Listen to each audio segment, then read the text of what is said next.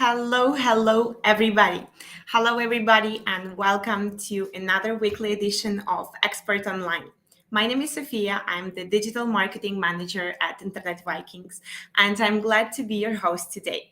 We have another captivating topic to discuss with our expert of the week, Dennis Avorin, key account manager of Internet Vikings and author of The Remote Swedish iGaming Industry.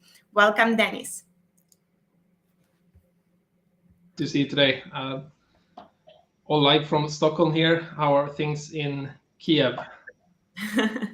Yes, a little bit about our amazing guest today. So, after completing his MA in 2015, Dennis began his career as a Swedish diplomat as a part of his desire to start his own public affairs consulting firm.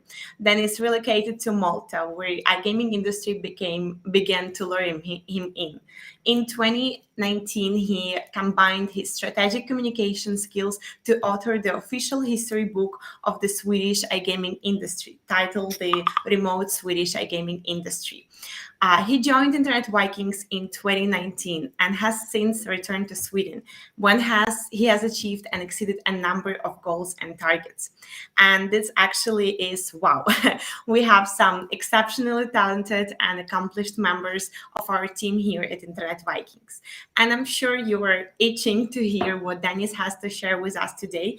But before we get started, let me explain what you can gain from watching our weekly Expert Online live streams. At Internet Vikings, we believe that in empowering the iGaming community by sharing the industry information and updates in order to promote growth. That's why we developed this platform for our listeners to tune in every Wednesday, 15 CAT, to gain valuable knowledge and industry updates from our great guests. And all of our recordings are available on the Internet Vikings YouTube channel, also on our Facebook, LinkedIn, and Twitter pages. So if you want to catch up on what you may have missed, you can always find it there. So let's not keep you waiting any longer and get right to hear. Dennis, welcome to the show one more time, and I'm so excited to talk to you today. Thank you, Sophia. Let's get started with our questions. And the first question from my side will be about regulations. So, as we know, regulations play an essential role in the iGaming industry worldwide. What is that important to know about the European regulated market specifically? I mean, if we take like the way it's developed, I would say it's almost gone in a very long circle over the past 20 years. So first, iGaming as a concept was born pretty much around the year 2000 or a few years before that, actually, with NetEnt, etc. And in the beginning, it was only like Curacao, for instance, that could offer any sort of licensing. So most companies went there to get the license. And then in 2005, Malta and the MGA, then it was the LGA, I think, Lottery and Gaming, launched the Maltese iGaming regulations, and all the companies were relocating to Malta to start targeting all the EU countries from the MGA license, basically. And then that's like started this wild west era between 2005 2010, when it was very profitable to be in iGaming. Everyone was moving towards Malta and targeting pretty much any European country from there. And I guess this era kind of ended around 2010 when France legalized iGaming, and after that there was like more and more countries following suit and launching their own regulations. And we've seen a lot of consolidation in the industry for the past 10 years, which is still ongoing. First it was large European operators buying up smaller ones. Now we see large land-based American companies buying up large European operators, game providers, etc. So that always obviously will lead to more startups popping up. But we also have, when it comes to the regulations, many countries have become very stringent, and maybe too stringent. I think Denmark used to be like a very good example of how you create a very sound regulatory system. where you have a very small black market, so to speak. But also Denmark has changed a few things to make it worse, and the channelization is really low in many countries. So now we see more and more operators turning back to Curacao again, which was the place where they all were 20 years ago. That is what I think has it's like the major change over the past years, and obviously regulation makes technological aspects easier and more difficult at the same time, because yeah, usually there is some sort of replication server needed from a hosting company's point of view. It's like something we need to look into when we design our products, that they might need replication in certain jurisdictions, etc. Replication, though, is not really it's usually not a huge amount of technology needed to run that application. So in general, we still the data center locations and those kind of things will still be in the location where it makes sense from a latency point of view. And the replication part is a rather small part when it comes to the technology. But at Internet Vikings, obviously, we've set up our locations with that in mind, so that operators can have replication servers where they need to fulfill regulatory requirements. Okay, thank you so much. You also provide us like the short history of the European market transformation over like I guess the last decade.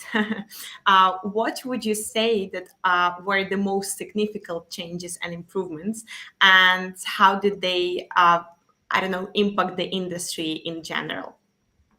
The most important changes, yeah, that would be the country regulations. Like when Sweden regulated, for instance, that felt across the industry, and then we had Germany-ish last year. I don't know, nobody really knows what's going on there. Still to this day, it's a bit unclear exactly what the regulations are. And then Finland now, before the new year, also took some steps towards a licensing regime. And then we even have Hungary now. I read in the news this week, actually, that's going to launch some regulations. And obviously, this also it provides some sort of clarity for operators to operate in the markets. The industry has asked for regulations, but at the same time, if the regulations are too stringent, and then it will drive a bigger black market, of course. And then like one big change, I think, is that people are looking away from Europe at the moment. Asia is a region where iGaming is growing rapidly, and a lot of European operators are very active there. Something we don't talk that much about, but maybe it's because mostly it's gray markets and they don't really want to announce what they're doing there anyway. But it's part of the expansion that we are taking part of at Internet Vikings with our data centers in Singapore and Taiwan, where we can service like expansions to India and Japan and all those markets where a lot of operators are going currently, and also game providers. So, but then when it comes to technology, it's mostly gone from like dedicated environments into cloud. That's the general change. And when people talk about cloud, it's it's as if it's not really bound by any territorial constraints, but obviously cloud is just a way of packaging dedicated servers in a way that the provider takes care of the redundancy within the hosting environments, and you basically rent it as opposed to owning your own hardware, and so on and so forth, which makes it more flexible, also cheaper in the long run. You don't need to plan for your own redundancy, etc., and also more fail-proof, obviously. So that's a big change, but that's a change we've seen in every industry, going from dedicated environment to cloud. Yeah, that would be one of the big changes, I guess. That's a lot. That's a significant change, I must say. Great.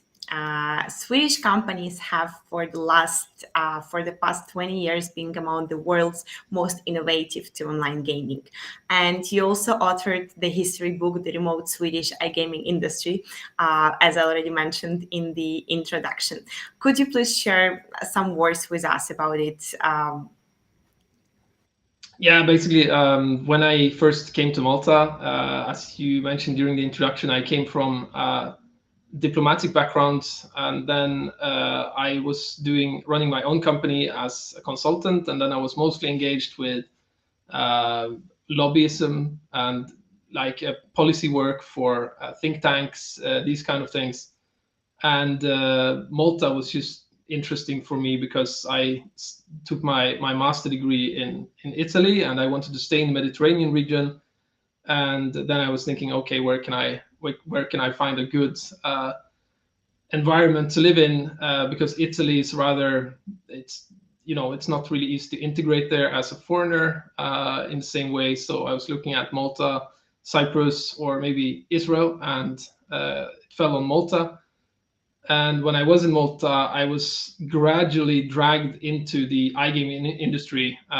First, doing some policy work there as well, and then we decided to write this book where I basically went out to all the like big Swedish companies, and we wrote this book together. They told me all their stories of how they were bootstrapping in the beginning and so on and so forth. And Karin Jansson Myhr was the other author, and she's editor at the Swedish Center for Business History, and they are also the publisher of the book. So we teamed up with Play and Go, Kindred, Betsson, Mr. Green, Lou Vegas, and Cherry Group were the ones participating in the book, so to speak. And it took about a year, and then we could release the book same time as the Swedish regulations were launched, basically. That was a fun project, obviously. And that's how I also entered into the iGaming sector. After that, I joined Internet Vikings, etc. Right, good, great, sounds great. That was an amazing journey, I believe. Yeah. Uh, and I know that you are also a well-known B2B key account manager, and that's actually your position at Internet Vikings. What could you share with us about the sales processes in the iGaming industry? I guess it's similar to most B2B industries. iGaming is a bit of a tribe. It's very tribal. So if you haven't been in the industry before and you just like try to access it very quickly, it might not be very easy. Because yeah, as I said, it's tribal. People are used to the common faces they see on the expos and networking events and so on. And in certain jurisdictions where iGaming is a very strong industry, where most companies are based. So if you're an outsider, then it can be hard to enter, basically. And but yeah, obviously it's also a very quick industry, so speed is something that everyone likes. I think that's essential to care for your customer relations by answering very quickly and taking action very quickly, being able to prioritize when a customer needs help with something urgently. You walk the extra mile and do everything as quickly as possible. That's my recipe. And then hosting is obviously something that companies replace very seldom, or when they expand into a new market, they need it, and they usually need it very quick. But changing provider is very difficult. It requires a lot of human resources because of the migrations, etc. So the trick is to stay on top of mind without being a pain in the ass. That's a very delicate balancing act, because you always have to keep reminding people of your existence, so that when the day comes and they say, oh, now we need servers to go live in Asia, the first thought will be, oh, let's call that Dennis guy at Internet Vikings. And then you need to be very quick when they do. Those are that's key to the game, I would say. sounds sounds amazing. Uh, I just have one more additional question. We've been talking about the European market and also about the speed. And you mentioned that there are also the other markets, for example, Asian market, that also has like a great speed into how they develop inside of the iGaming industry. Would you say that European market is a leading market across all the other markets, or which market is actually the leading market, if we can classify them like that? Yeah, I mean, when it comes to markets, as in where there are a lot of players of iGaming products, then I guess, I mean, I haven't checked the numbers recently, but Sweden has always been a big market in that regard. That ties into the history book as well. Why I know this, and that's basically because it was something that the state trained people to do a very long time ago in Sweden. Like the Sweden used to fight a lot of wars against Russia back in the days, 300 years ago, and every time they did that, they raised money through state lotteries to finance the war. And then this developed into different kinds of lotteries that were funding the Swedish sports, like organized sports, and also when it comes to horse breeding, horse trotting, all these things were financed through state lotteries and eventually Svenska Spel and this state monopoly. Bingolotto is a concept that everyone who grew up in Sweden knows about. Their grandmas are playing it, etc. So from there, it's a very easy transition to go into online gambling. Whereas in a country where you haven't had a state monopoly before, people might be a bit more skeptic to gambling in general. But European markets have always been quite strong here, I guess. But also Asia has some sort of tradition in this regard. Games need to be a little bit different in the mathematic, in the way the math works of the game, as far as I've heard from some game providers. But then when we talk about the companies as such, then I would say like Sweden, UK, and Israel is where, like, that's the core early companies in iGaming came from one of these three jurisdictions mostly.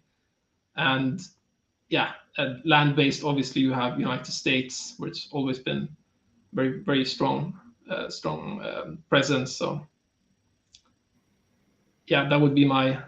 But European companies are much more tech savvy. You see the American ones that are going into Europe now, acquiring European companies. They're not really as tech savvy as European companies that have been doing online gaming for 20 years. So they are like, yeah, we want to we want to use our muscle here that we have gained from all the land-based operations and take a cake from what you've developed online.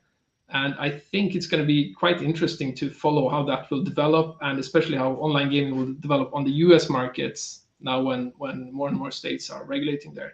But for me, like, Asia is also equally interesting. It's just, since there are no regulation happening there, it's much more under the radar. You won't read as much about it as with the US market, but obviously it's very strong current in that direction as well right now. At Internet Vikings, we're seeing it every day. But when you're a hosting company, everything is very confidential. We can barely announce the customers that we have. Nobody wants to do press releases with us about big partnerships because, yeah, hosting is a sensitive issue. We hope, of course, that they want to do that as much as possible, but that's just something you have to accept sometimes. And yeah, that's basically what we can say. I can't say much. It's Sure. not. Sure. Thank you so much. And thank you so much, Dennis. Me personally, I learned so much.